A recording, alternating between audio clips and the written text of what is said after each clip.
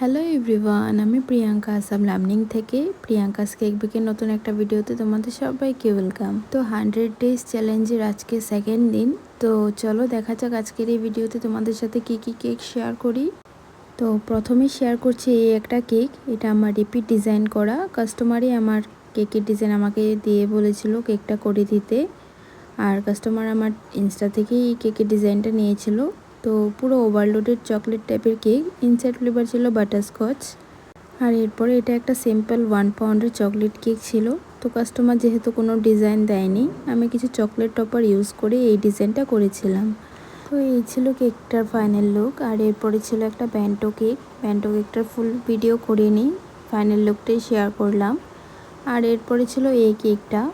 তো এই কেকটা যার জন্য নিয়েছিল সে হয়তো ডান্স করে, তার জন্য আমি এখানে কিছু ঘুঙরু অ্যাড করে দিয়েছিলাম, কাস্টমারই বলেছিল। তো এরপরে আমি এই কেকের ডিজাইনটা আমার থেকেই করেছি।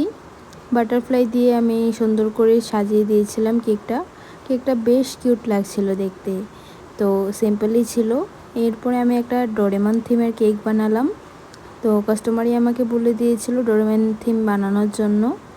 তো তেমন কোনো ডিজাইন ছিল না, স্টিকার দিয়েই শুধু কেকটা বানিয়েছিলাম। তো এই ছিল কেকের ফাইনাল লুক। আজকে সবগুলো কেক কেমন হয়েছে অবশ্যই কমেন্ট করে জানিও। টাটা।